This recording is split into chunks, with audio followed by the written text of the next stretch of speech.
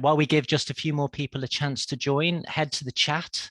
Let us know if this is the first time that you have joined a Think Productive session, either an in-house one, perhaps we've come to your workplace and done things, or have you previously come to some of these free monthly taster sessions that we do, the Ninja Skills series as well. I can see lots and lots of people in the participant list whose names I kind of recognize from previous sessions. So if you're here for the first time or the second time, you are equally welcome. What are we here for this afternoon? Well, first of all, we're Think Productive. My name's Lee Cottier. I'm one of the Think Productive Productivity Ninjas. With me is my actual boss, Elena, who's the Think Productive Managing Director. So we've got a two-hander for you this afternoon. If it is your absolutely first time working with Think Productive, a very, very quick 20-second introduction to us, particularly if you're watching this back on the YouTube recording and you're wondering what you found in your recommended playlist. We're a UK-based and founded training and coaching company, started back about 13, 14 years ago now. And since then, we've expanded across Western and Northern Europe, Australia, New Zealand. We've got a team in North America. And we help all sorts of people in all sorts of organizations UAE with things. Now. Oh, UAE now as well. Yes, you're quite right. We do productivity. Obviously, the clue's in the name of the workshop and many of our trainers. But we're also interested in something else which we think is inextricably interlinked with people's efforts to get their stuff done. And that thing is sometimes called well-being or work-life balance, or today we're calling it human, not superhero. You can notice our slightly less corporate-y than normal headshots there in the welcome. What are you doing in that little picture there, Elena?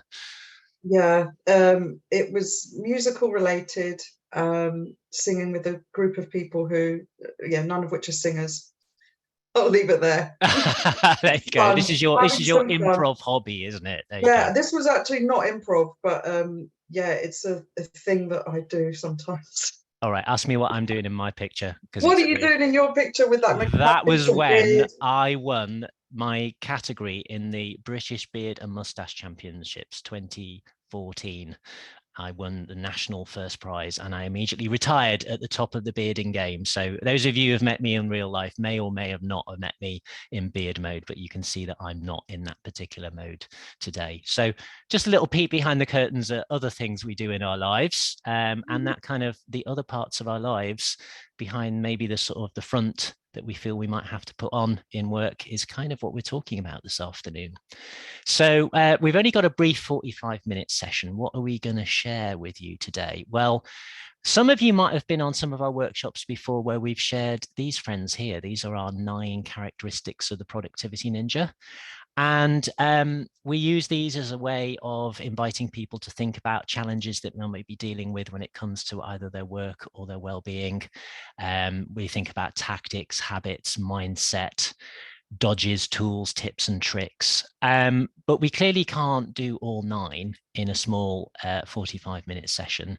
So actually what we're doing this afternoon is focusing in on just the one that was promised in the taster title.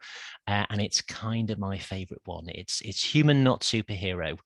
And although this dual attention to work and well-being is kind of built in throughout all of our work, whatever kind of workshops you go on from our range, it's particularly embodied in this Productivity Ninja characteristic of human, not superhero.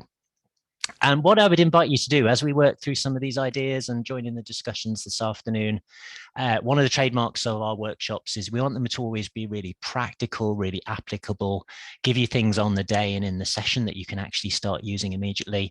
So as we're working together, I just want you to spot or look out for little nuggets. It might be something Elena or I share. It might be a reflection that's going on in the group chat.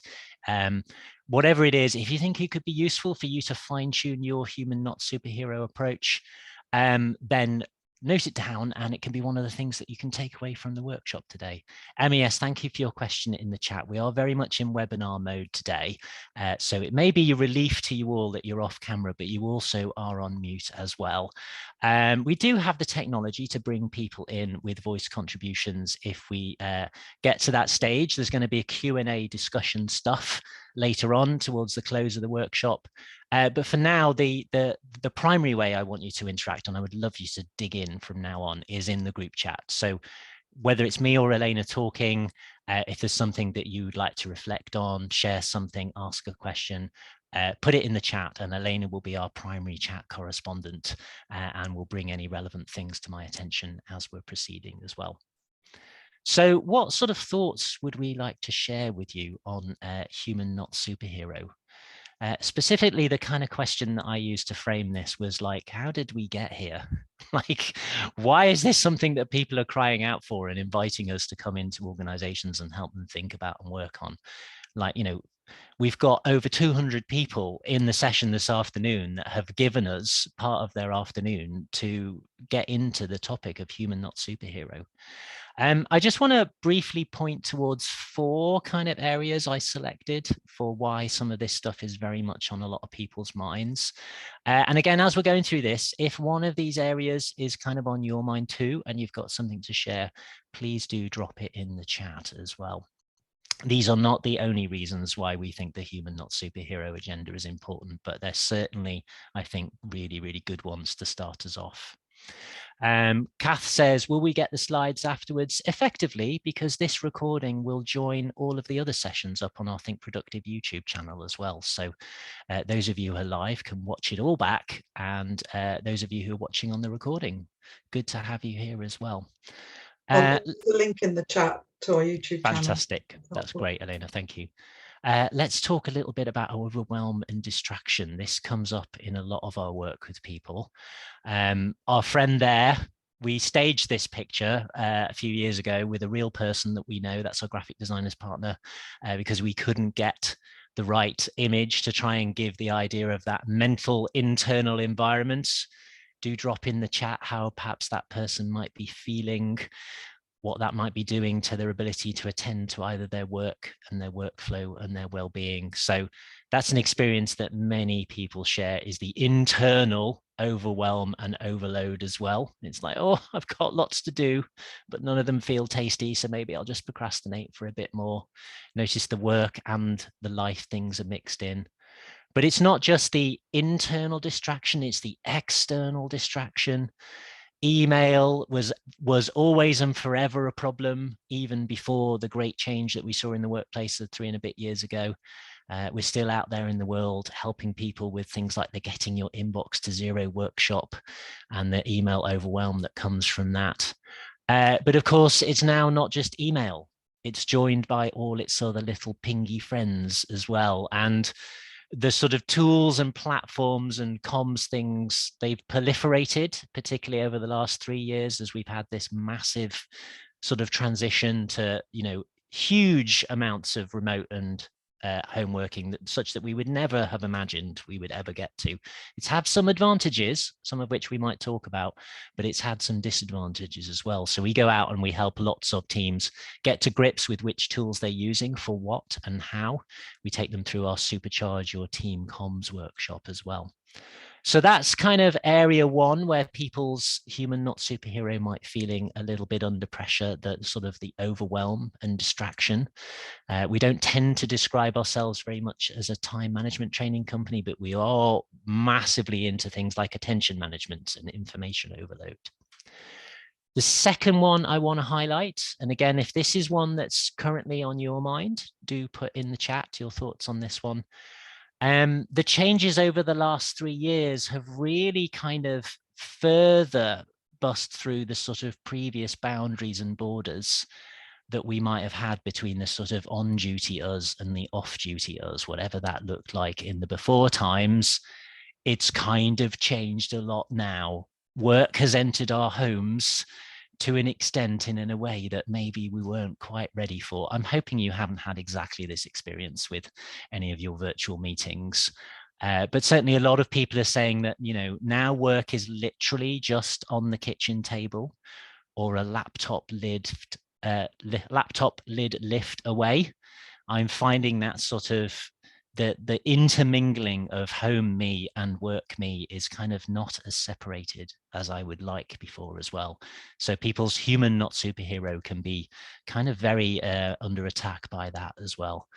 And then when it comes time to stop and shut down, again, it's kind of just there and really, really tempting. You know, when we used to actually physically travel somewhere to go and get the majority of our work done, maybe there was more of a mode transition between those two modes as well.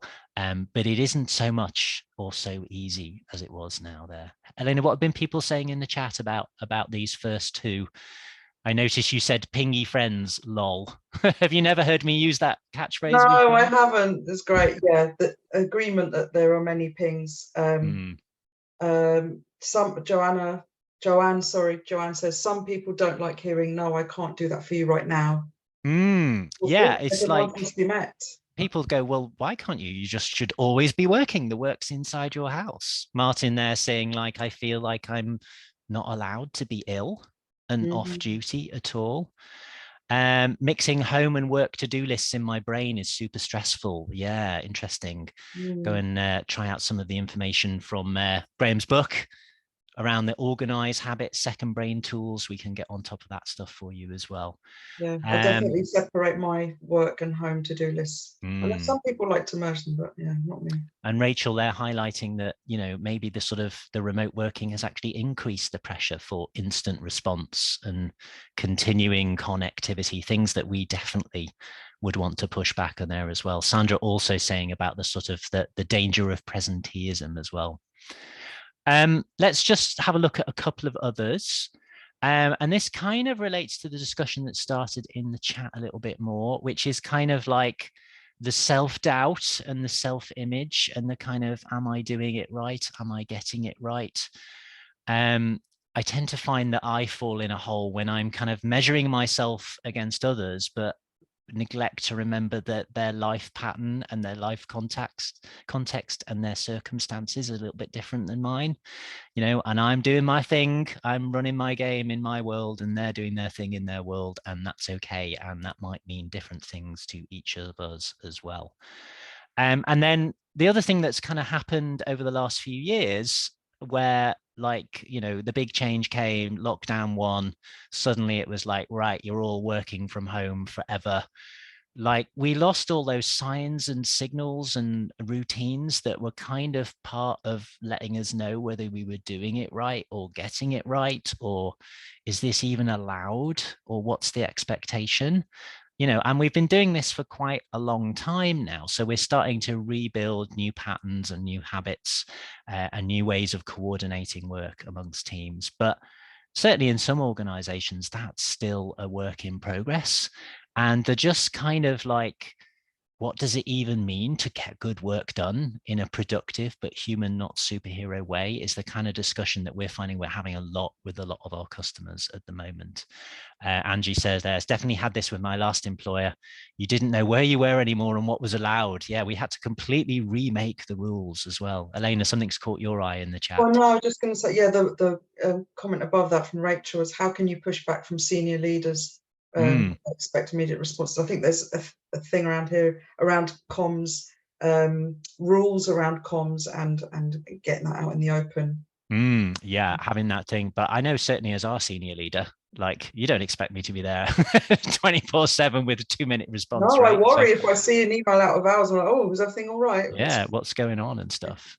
Yep. So that's another agenda where human, not superhero, can feel a little bit under pressure. And I love that from Teo, like giving people signals and ways of understanding what kind of modes that we're each in and how it is best to relate to each other and when. And then the fourth one, and then we'll have a couple of minutes to sort of, you know, hear more from the chat about your experiences of these, maybe things you found helpful. It's great that some of those tips are coming in already. I think we've started to forget how tough it really was, and exactly kind of the space that we were in. I don't know about everyone else, but I actually find it quite hard to remember what work was like before it all changed. And I still really appreciate when people share their stories of particularly kind of the first 12, 18, 24 months of it all. You know, some people, if they were clinically vulnerable, they spent, you know, the thick end of 1, 2+ years, maybe not interacting with many humans at all, whilst also feeling very scared.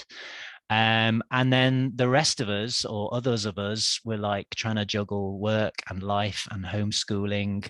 And we're in a house where like there was just millions and millions of people and we never had any alone time or something like that. Vanessa says, yeah, some of these I'm not on Facebook, but Facebook pops up like, do you remember what you were doing 4 years ago and stuff like that? So yeah, I think a lot of us need to just remember what we've come through, and that has to some extent brought the human not superhero agenda back up front, but we mustn't like lose sight of it, is what I'm kind of saying. And the sort of communities of support that we go to, I think, have been changed as well. So, many workplaces returning to some kind of hybrid pattern. Many of you might be in the office quite regularly now, 1 or 2 days a week. But there's still sort of something has changed about the social interactions where like a lot of us are working remotely or trying to work together virtually. The sort of community and connection and the friendships and the camaraderie might be needing to be done in different ways. And again, when we work with organizations on sessions like leading hybrid teams, productivity ninjas guide to hybrid working, a lot of the kind of things that we're talking about there are around that, like, let's rebuild these new communities in those new formats. But I don't want, just to, as we come to the end of this section, and then I'll give the floor to the chat for a couple of minutes, I don't want you to think that like we are focusing on the tough stuff that's come out of those few years. Like, again, in the same work in organizations, we've been finding out that there's been some really, really good stuff as well. Like people sharing how their routine has changed because they're not commuting as often or at all anymore. The ability to work much more flexibly with colleagues more widely across the organization or internationally. The fact that suddenly all the rules were up for grabs, so we got to change the rules and experiment in a way that maybe had never been allowed before, but some of us were expecting. And a lot of us have actually been able to sort of recalibrate and revisit some aspects of that home-work balance in a way that we've actually found really, really beneficial as well. Elena, what's been happening in the chat so far about these? And what I'll do is I'll put the 4 that we've just been talking about there back on screen, and I'd love people to just add for a few minutes their own thoughts on these 4 and their interrelation to human not superhero for them. Yeah, I think there's been a lot of reflection on how difficult it was during those isolation years. And yeah, also in terms of working remotely, where there's conflicting demands and deadlines, and everyone says my thing's a priority. Like, how do we kind of prioritize when we can't see each other and everyone's wanting everything at the same time? I've got a raised hand from Sharon, and as we have the technology, yeah. Sharon, you should now be able to unmute. Please do come in and join the conversation.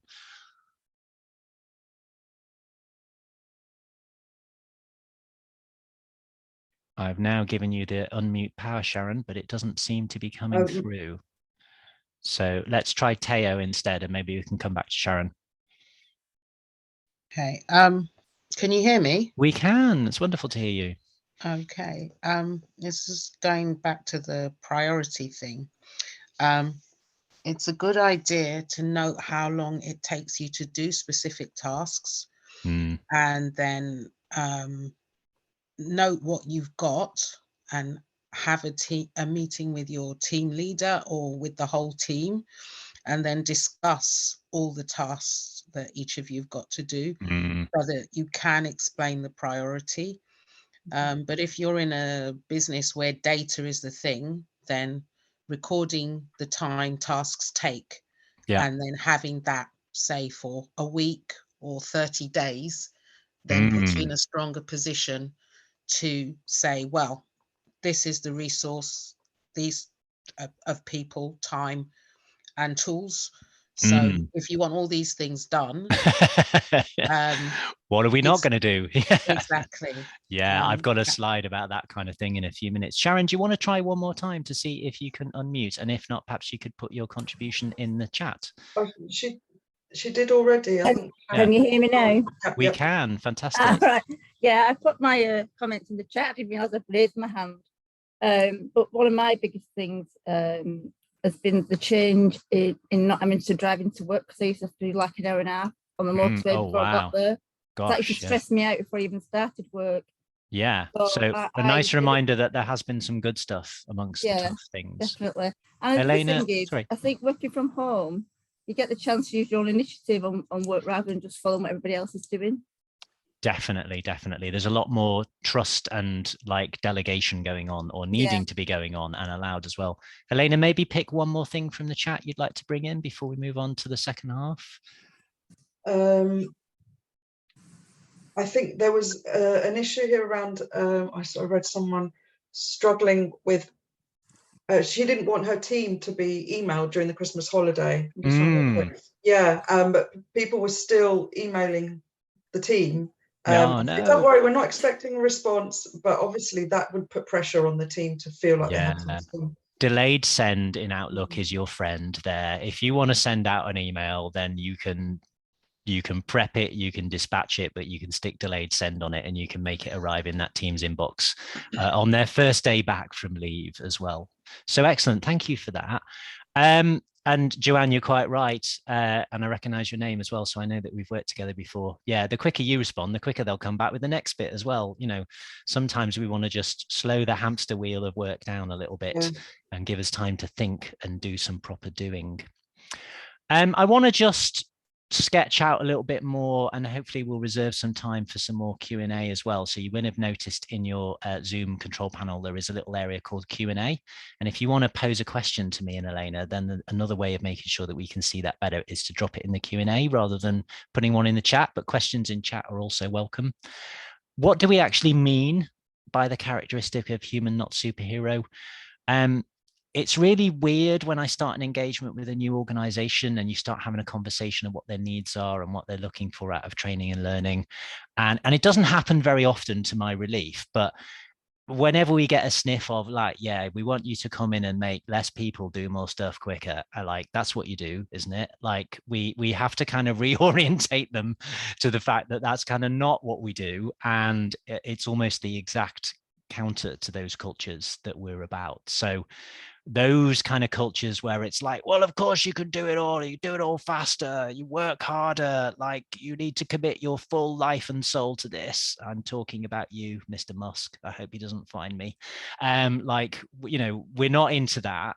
Human, not superhero culture is saying like, you know, we're passionate about, we're interested in and intrigued by our work, but we need to make sure that we use our skills and our enthusiasm to make our contribution in a way that's happy, healthy, and sustainable as well. You know, we all have days where we're kind of feeling a bit overwhelmed or distracted, or we've got something else on in our outside of work life, or we need help, or we need guidance, or we need forgiveness. You know, we've all put our superhero pants in the white wash occasionally. In our Slack, we have a very popular channel called My Latest Mistake, don't we, Elena? Where we give ourselves a space to live and breathe our mistakes and to support each other through them as well. And then the kind of thing, and it was related to Teo's point before, which is that there's a difference between caring and taking care. And hopefully we can kind of thread the needle with both of those. This is a slide from our Way of the Productivity Ninja workshop, which sometimes gets raised eyebrows when I stick it on screen. But it's the idea that, like, you know, it's if we say yes to absolutely everything, that's sometimes when we start to find ourselves heading into the pit. And actually good productivity might be around kind of openness, transparency, honesty, pragmatism, about capacity, and making the right decisions about what we do commit to and try to get done rather than trying to do it all. And I think it's also about letting go of either the expectation of others or of ourselves of perfectionism. I'm sure everyone remembers this guy. This was 2017, Robert Kelly. You all know what happened. His kids busted in on his live BBC interview, and did we all have a hoot and laugh at him at the time. But I'll bet you every single one of us has been him since pandemic started, and we've been on a virtual meeting and everything else like that. And I think actually some of the challenges that we've all faced together have kind of like lowered our threshold of perfectionism, but in a positive way. And also there's something about these little squares that gives us a little like insight into our lives at home. And I think the virtual meetings experience has maybe strangely brought us together in a way. where we see a little bit more behind the curtains as well. If you haven't seen it, there was an update from that family rather recently on BBC News, and the children have grown up and they're absolutely wonderful. So go and search BBC News for the update video as well. Vanessa there. Yes, we've all had that kind of moment. I've had cats Zoom bombing workshops and things like that as well, or builders walking around in the background of shots and things like that as well. So just sort of opening ourselves up to imperfection is allowed and it's okay. It's just all part of being human, not superhero. And sometimes it's about, you know, what solution is good. Wow, people are really sharing in the chat now, Elena. It's about saying, you know, I've got this much of me that I can put on this task. You know, what's the real definition of good enough? Like get it shipped and out the door and stuff like that. And there's lots of different quotes around this kind of attitude. We were actually having a discussion in our own team Slack about these a couple of days ago. So there's multiple versions of this mindset, and they're attributed variously to different people. But Voltaire is there with the version which says, "Perfect is the enemy of the good." And Sheryl Sandberg often gets the version "done is better than perfect" attributed to her as well. So this kind of human, not superhero, it's about creating an environment where people feel a little bit more honest and able to share their vulnerabilities and to know that that will be accepted and they will feel cared for and stuff like that as well. Elena, what have I missed in the chat other than lots of really like eek virtual meetings moments? Yeah. Yeah, yes, a lot of those, a lot of animals, dead animals being eaten under a desk, things like that. Oh my word. Haven't had that. Yeah, we had a rodent, one of our team had a rodent come in on a call recently, and that was, shocking. But I do like that one from Rachel there. I wish more managers would see that delegating is okay. Yes. Yeah. So it's funny, like, do the managers who resist delegating, is their own vision of human, not superhero in play there or something like that? Richard there has had an assist from the cat to get their inbox to 0, but perhaps not in the way that we would do in one of our actual formal workshops where we do it with a little bit more care and attention. I just got about 5 or 6 more minutes of prepared comments that I'd like to share. So if you haven't started to put things into the Q&A for Elena to have a look at, please do start doing that now, because we want to reserve a little portion of the workshop towards the advertised finish time for some Q&A and discussion. I wanted to say a little bit about how we embody human, not superhero here at Think Productive, and just give a few examples. Because obviously, like, we invented the idea, so we're kind of into it. Many organizations have their values statement somewhere up on their website. I appreciate that's quite tiny print. If you want to go and have a good look at Think Productive's value statement, you can find it on our website, thinkproductive.co.uk. Fantastic. You'll notice that human, not superhero is one of them. But you'll also notice that there on the screen is another one that I'm going to talk about a little bit here. Trust and kindness is our rocket fuel.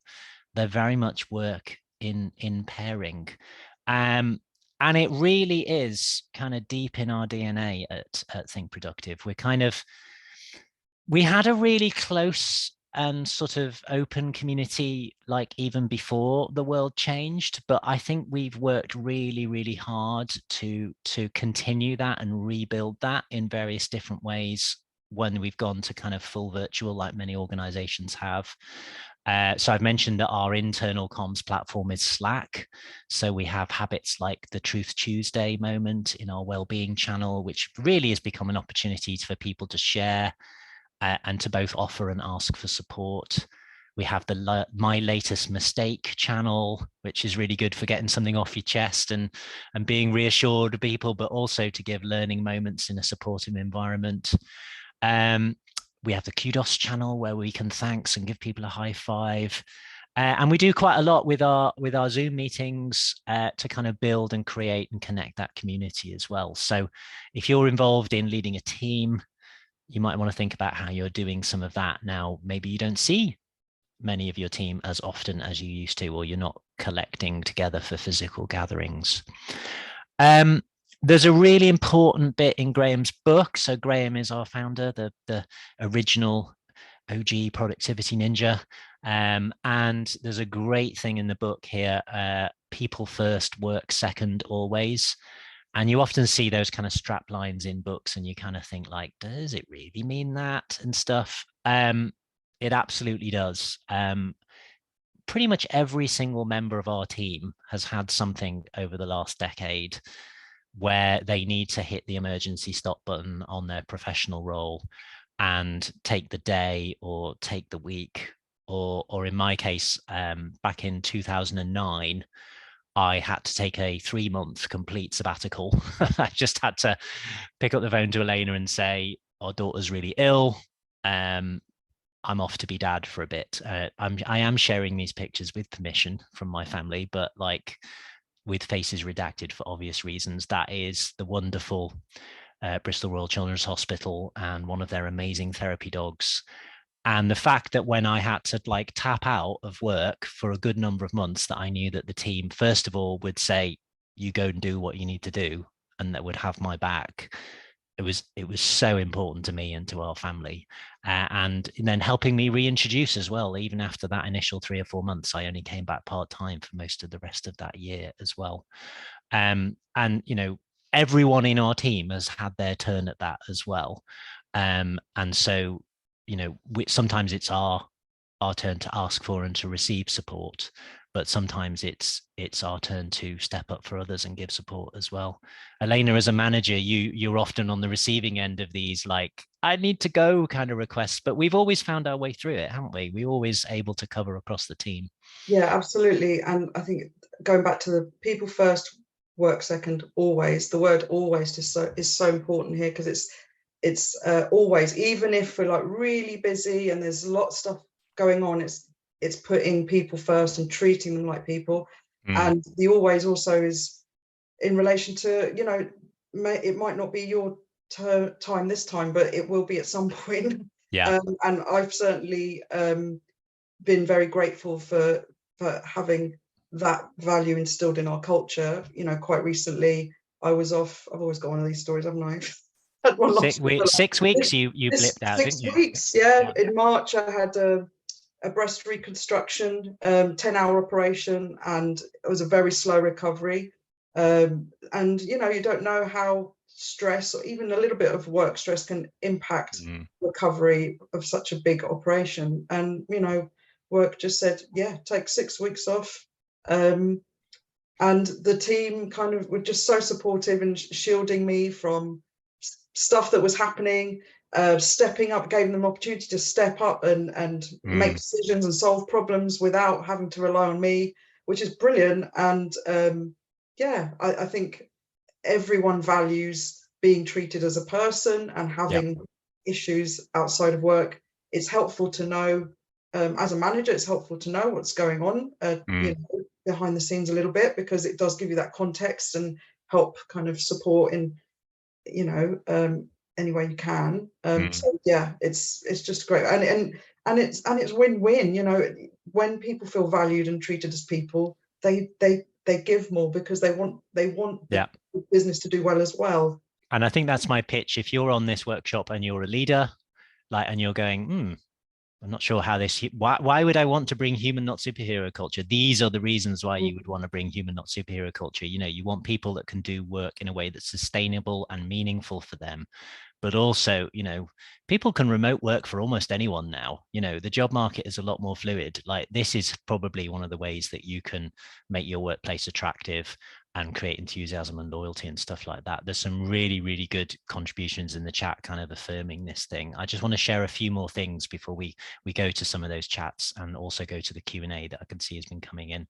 So, you know, that kind of wide, grand, people first, work second, always attitude. We got a good attention and did for years before it all came really tricky. Elena and I are the two mental health first aiders for Think Productive as well. So we've always got our mind to that agenda. And even if it's just day-to-day kind of stuff, like we're a team that has become to trust each other to the extent that we can say, you know what, I'm really knackered today. Please be gentle with me. And, you know, because we'll know that we'll all have that kind of day as well. So this kind of opening up this culture, you know, it takes some investment, it takes some works, but the payoff can be really, really amazing. And again, we can see some other woohoo for Mental Health First Aid England and everyone else that's done that training. It's an incredibly valuable piece of training and a wonderful organization. Last couple of words from me before we go a little bit more free form. I want to share with you some productivity advice from the most amazing productivity mentor I ever had, which was my nan. That is my actual nan. And therefore, some of you will have worked out that that's 8-year-old me in that picture. And the thing I most remember from my nan, because I was raised by my grandparents until the age of 8, is like, get to bed on time, eat your tea, get off that telly, like drink your 5 glasses of water a day, go out for a walk, get in the sunshine, like all that nan advice, totally true. She also could never have a picture taken of her with her eyes open. That's what I noticed looking back through the family albums to get I've these got a few of those pictures. in my family. So my nan there is inviting you to think about your fueling. You know, that might be the day-to-day, like tactical fueling. You know, am I skipping my lunch breaks? Am I having a proper meal at lunch? I've loved lockdown where my lunch each day is something really nice that is the leftovers from the night before warmed up, rather than a rubber sandwich that it might have been for some of us. Like, where's your operational fueling coming from? I've loved in the Way of the Productivity Ninja workshop, kind of listening to new hobbies and activities that people have been able to design in their lives as a result of this new pattern that we find ourselves in. Drop your favorite examples in the chat. We might be able to bring them in the Q&A. And then also, like, where's your deep fuel coming from? So particularly in coaching engagements, if you're talking to somebody and they say, well, I'm kind of just holding it together in work universe and home universe, I'm giving what the people need from me from there, but the only way I've done that is to sort of cut the thing that was just for me. Like, that deep fuel is really important. And again, what your deep fuel is going to be different. Tonight, I'm going to be watching Quantum Mania, which just landed on Disney Plus tonight. That's a treat just for me. Nobody else in my household cares about that. So do you care about that as well? Yeah. No, I've never heard of it. What? I won't ask. Sort your life out, Elena. Like, get your own deep fuel back in the mix as well.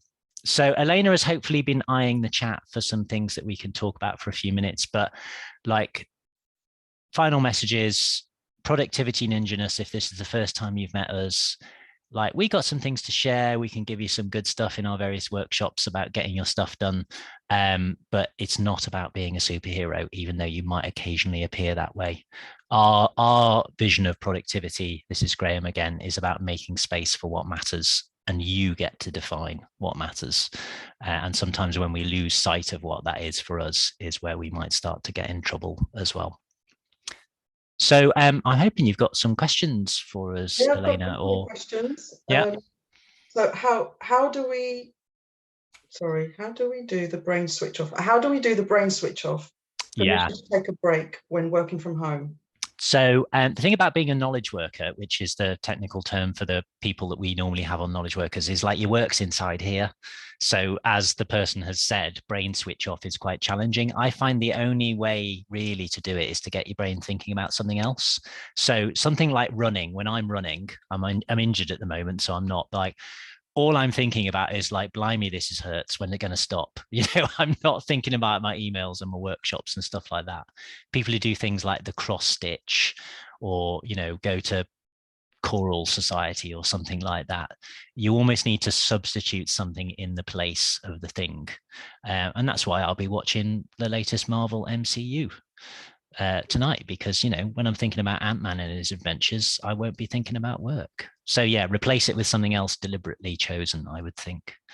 Also, if I may add, so permission to take a break when working from home was also part of the question. I wondered, is that, are you worried about asking or mentioning that you're taking a break when working from home? I know that people do often work longer hours and working from home and are online more, demonstrating kind of that digital presenteeism. At Think Productive in our HQ team, we will tell each other, you know, okay, I'm going for lunch now, or I'm just going off for a cup of tea, and like, we, you know, just to kind of reinforce that it's okay to take breaks. And if you're the manager kind of doing that, like, I will go off and I'll very clearly say, all right, I'm off to lunch, see you in an hour, you know, really making it okay. Modeling behavior is really Yeah. important. And Yeah. like we use our Slack status messages in quite a regularly updated and quite creative way to kind of let people know not only what we're doing and stuff, but what kind of mood and mode we're in as well. And, you know, even changing the little emoji to say I'm off for lunch and stuff like that as well. So modeling the kind of behavior that you would like to champion, particularly if you're a manager or a leader. But in fact, it's up to all of us to do that as well. What else do you have before I need to have a minute to wrap us up for the advertised finishing time? If you see someone trying to be a superhero but can see that they are heading towards burnout, how can you support them to realize they don't have to be a superhero to be seen as being good at their job? Yeah, I just want to add a comment off the back of that from Rachel, who said, I read that if people are struggling, asking for help isn't failure, it's actually refusing to give up. Felt that this was very powerful. Yes. Yeah, and thank you for linking those two. Like for some people who are in that slightly different space where it's like, well, of course I'm expected to just crack on, and if I give anybody in my workplace a hint that I'm finding it difficult or something like that, you know, they'll judge me or I'll be marked down or something like that. I think there's a responsibility on those who lead in the create culture to kind of challenge that tendency. But again, it can just be as easy as like reaching out to a colleague. And, you know, when you say, how are you doing today? Not only genuinely meaning that, but be prepared and willing and able to listen properly as well. And, you know, it's amazing if you just give people a little gap to share, how sometimes people do share as well. So I think just creating all those little moments where you challenge people's vision of, I need to be superhero, but also give people opportunity to both ask for and offer help, and modeling that as well. Yeah, the modeling is so important. If they see their manager admitting when they've made a mistake, or they're feeling stressed, or I think that demonstrates that it's okay actually to admit when you're struggling or need help for a chat. And can I just add something to? So I think it was Rachel right at the start was talking about this, her team who were being emailed by other teams at Christmas, and she told her team, please don't respond. And you know, I want you to have a life and have a holiday and all of that. But some of them were responding and saying, it's okay, I don't mind. And she was wondering what could be done about that. I wondered whether you'd mention to them that by responding, it's not just them that they're impacting, they are impacting everyone else on the team by creating a culture where the expectation is, I don't mind, I'll do it anyway, kind of thing. Because you might not mind, but a lot of people probably would mind having to check emails in their holidays. Yeah, I know I absolutely. would. So it's not just about them, it's the impact of their actions are having on the rest of the team and the culture there. And stuff like that. I can see, oh no, there isn't a hand raised. I just want to point everyone, if you haven't seen Joanne and Catherine's contributions in the chat, I think they are lovely encapsulations of the kind of things that we have been talking about here. I'm aware that we advertised a 2:45 official finish time. So what I'm going to do is just sort of formally wrap up the workshop for those who have something else in their calendar and need to go.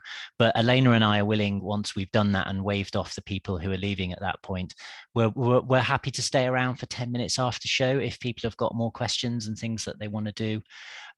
So if you want more, we're sad that you're going. You can see 6-year-old me who'd stepped in a muddy puddle and had full wet wellies when that picture was taken is sad that you're going, but there's loads of ways for you to keep in touch. Find us both on LinkedIn. You can drop us a line. You can find me on Twitter. Head to the Think Productive website if anything you've heard today is catching your eye. Particularly, we have this ongoing series of free sessions. We do one of these every month. Some months we do 2. And next month we actually do have 2. Graham is talking about kind productivity, which is an area he's been thinking about a lot recently because he has another book in progress. And Elena, what are you doing with David on the 7th of June? Give us a quick intrigue. So we're going to challenge how you feel about mistakes and perfection, because there's so much gold in that stuff, and being more comfortable with those things can be great for your culture, for innovation, for collaboration, for lots of things. And David is a consultant for Think Productive, and both of us are big improv fans. We are in improv troops. We do a lot of improv stuff. And so we're going to do a whole session on improvisation and going to actually get everyone involved. Wow. It will I've be signed fun. up for this now. Yeah. It's too late for me to back out, isn't it?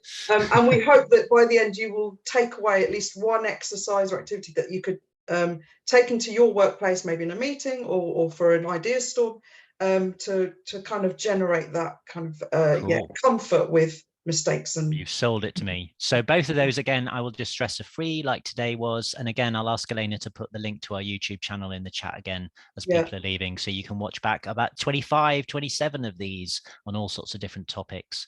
In terms of nearly free stuff, there's a page on our website where various books that the team members have written. I picked out just 2 that might be related to today's sort of concepts. How to Have the Energy by Graham and Colette, and Struggle by my wonderful colleague Grace Marshall as well is highly related to today. Other than that, anything else that you might want to know, find on the website. So that will be the moment where the people who kind of want to leave on time are invited to wend their way. But if not, Elena and I will stay here for another few minutes, continue the discussion, continue to take questions, continue to have a look at some of the stuff in the chat. What else has come up in Q&A? I wanted to just, there was quite a few messages there around, oh, I wish managers in my organisation were more up for delegating and could see the benefits. We have a delegation workshop. We do, yes. Yeah. If you've stayed for the after show, hopefully you will forgive us plugging a bit of stuff. No, but I think it's just so relevant and it's so important, and it helps the managers reclaim their time so that they can focus on the areas where they can really add value, and it helps everyone else step up and feel empowered, and it's just brilliant. If you delegate well, it can be great for your team. So I've just posted our delegation session link to it there. Yeah, I've just seen one in the Q&A about the issue of building trust in the work from home context. That has really been a thing over the last couple of years. We've been working with a lot of organizations to sort of get them to that place. I think a lot of people are getting really good at it now, but other people are really struggling. That's why I brought in, when I was thinking about what I wanted to share in this super short session today, that's why I wanted to bring in the trust and kindness is our rocket fuel kind of value, because I think you have to do some work around the messaging around that in order to create that kind of thing, plus also bring in things like the delegating piece and stuff like that as well, and just the whole creating of a culture where human not superhero is seen as the way to go as well. I can see someone else in the Q&A says, talking about wearing the busy badge. Gosh, yes. Yeah. If Grace was here today, she would have many things to say about challenging the culture of busy. Yeah. But the person who's typed in, again, they're anonymous, so I'll just read a little bit about, that's really the culture of busy, what leads to burnout and things like that.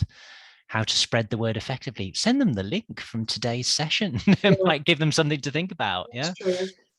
Also, for the delegation workshop, for example, if you send them the link to that, it will convince the managers, actually, this is really helpful to me as well, not just the team.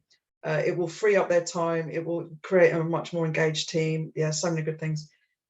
I think whenever I get into things where people go like, I would really like to have human not superhero breakout across my organization because I think it will be good for us and it'll be good for the work as well. But then they say things like, I'm not sure that the managers are ever going to go for it. I will tell you now, they're also probably wanting a real dose of this as well. Like they're probably also struggling, feeling overwhelmed, wanting to take a break, feeling like they're not getting enough rest and stuff like that. I've never met anyone that once they feel able to say it isn't up for and in need of some of this as well. What else has come in the chat there? There's a couple of good things. Just going back to did you read out the question about authentic trust in the working from home context? Yeah. We are actually, Grace Marshall is developing a session called Creating the Environment to Thrive, which talks about trust, building trust, and attitude to mistakes and psychological safety and all that good stuff to really help your team and your organisation thrive. As part of one of our leadership management programs as well. And although this has only been a taster and is very much designed for the sort of short, free, open session, and the content will be slightly different, I think I'm going to say it out loud. We will be shortly putting up Human Not Superhero as one of our official workshops onto the website. I'm not giving you the timeline. Breaking news, Lee. That is breaking news, because I know we only decided it this morning. I don't think all of the team know, but yes. Yeah, well, it's too late now. I've said it. Yeah. So if you'd like a little bit additional space for us to come in and work with your team, either in person or virtually, to get into some of the ideas that we've been talking about today in a little bit more depth, and to perhaps give you a structure and a context to do some of that sharing and some of that creating of the culture, then we would be very pleased to do so. We're down to the final 60 holdouts, so maybe they're all kind of working out, is somebody else going to ask something and I might miss it? But if not, then put them in. Oh, sorry to interrupt. So Smarter's asking what the cost of the... Yeah, so drop us a line to hello@thinkproductive.co.uk, hello@thinkproductive.co.uk. It will often be our colleague Dee who's on the other end of that. Just say you were on the taster this afternoon, you're interested in workshops. She'll send you an overview of the range, any particular session overviews that you're interested in. And of course, she'll send you the pricing relevant to your organization as well. So yeah, all that information freely available, just email in. I'm just not going to say a number out loud, because this recording might be on YouTube for years, and I might say a number that doesn't apply anymore. So we'll kind of see how it goes. Oh, I love Joanne's comment. I don't have a question, but I just can't get enough of you guys. Oh, thank you. Yes, thanks, Joanne. And Joanne's name is familiar to me, so I know that we've crossed paths many times before as well. Rhiannon, oh, this one looks good. I've had a bad habit of throughout my career of staying in what toxic work environments. I'm now somewhere that treats me well, trusts me, is kind and supportive. You're encouraged to check and feedback on your capacity. I'm sure there's still improvements, but I'd just like to say, working somewhere completely awful, you can leave. Wow, there you go. That's an empowering statement, isn't it? And I think that the power balance between employer and employee has shifted a bit more now with hybrid. Like, you know, you've got like a wider geographical range of where you could work. And certainly, you know, policies that we're interested in, like people are looking at like, what is your home working policy? Do you have 4-day week? You know, what other health and well-being benefits do I get and stuff like that? Yeah, go for the school run, Emma. There's no more hard stop than the school run. That's why I'm also finishing at 3, because I'll have a noisy teenager bust through the door, Zoom bombing my workshops as well. You can watch the final minutes on the stuff as well. Yeah, Kerry as well. Like, this is also part of what we're about at Think Productive, which is taking that message out to organizations saying like, yeah, you want to do great things and you want your people to do great things, but going down the toxic workplace route is so not the way to do it. We have a different way, to sort of misquote the Mandalorian, Elena, who I know you are a fan of. I am a fan. Yeah. And Pedro Pascal as well. Well, like literally anything he's in, yeah. Yeah, maybe. I've not watched Last of Us. Should I be watching that? Oh my God, you've got to. Yeah. Okay. What are you waiting for? On toxic work culture thing. Do go along to Graham's free webinar on kindness. He is bringing kindness into the workplace. That is the mission. And there's a positive impact on productivity, on well-being, on creativity, innovation, engagement, so many brilliant things. He will talk about loads of those things, and it's fantastic. Yeah, we're on the same mission. It's the future. It's right now, actually. And if you're wondering where I sign up for them, just head to thinkproductive.co.uk and there's a page for the free webinars. Yeah, I've posted the link again. And we've got, here we go. Fantastic. So I've announced that I have about 3 more minutes before we have a hard out. So if you've got any other final things you want to bring into the chat or the Q&A, now is your chance. If not, we're really pleased that not only did you join, but you stayed for the extension phase as well. And, you know, perhaps we'll see you again in a future workshop as well. Teo says there, if you look at the contrary signals that have been coming from government, where now I have a lot of public sector customers, so I need to be careful how I phrase this, but like, yes, there has been some push in civil service from like the higher ups to have a complete full return. I also have seen that in many places it hasn't happened. So I think employers are rejigging their thoughts on that compared to what they attempted in the early days. Because broadly speaking, although we're still troubleshooting, I think the hybrid has been really, really pretty successful. And I've enjoyed the benefits of it, as well as helping people work through the challenges as well. Yeah, I mean, some of the comments that came up from members of government as well weren't very helpful. Yeah. I have to be really careful because we have a lot of public sector customers, and I don't want number 10 blacklisting us off supplier lists because we might be seen as troublemakers. No, I'm sure. Yeah, that was sharply. Excellent. And thank you to Rhiannon and Joanne and stuff like that too. Thanks for the free sessions as well. I think that we are going to formally wrap it there. So this recording will be up on YouTube within a day or two. We'll just get our colleague Francis to trim off that slightly raggedy start that we had where Zoom was playing up. No one knew. Oh. Hey, it's my human, not superhero moment of the day. You got to acknowledge these things and feel okay about them. And maybe see you on a future one as well. And if you've watched back this recording all to the end on YouTube, thank you for watching too. Thanks for all the lovely comments. Yeah, so good to see. Yeah, this really touching people. Yeah, great. Excellent. Cool. I'm going to sign us out. Thank you very much all. It's a wrap. Have a good rest of the day. Go and feed the cat. They're probably looking for some snacks. And see you somewhere else soon, maybe. Bye all.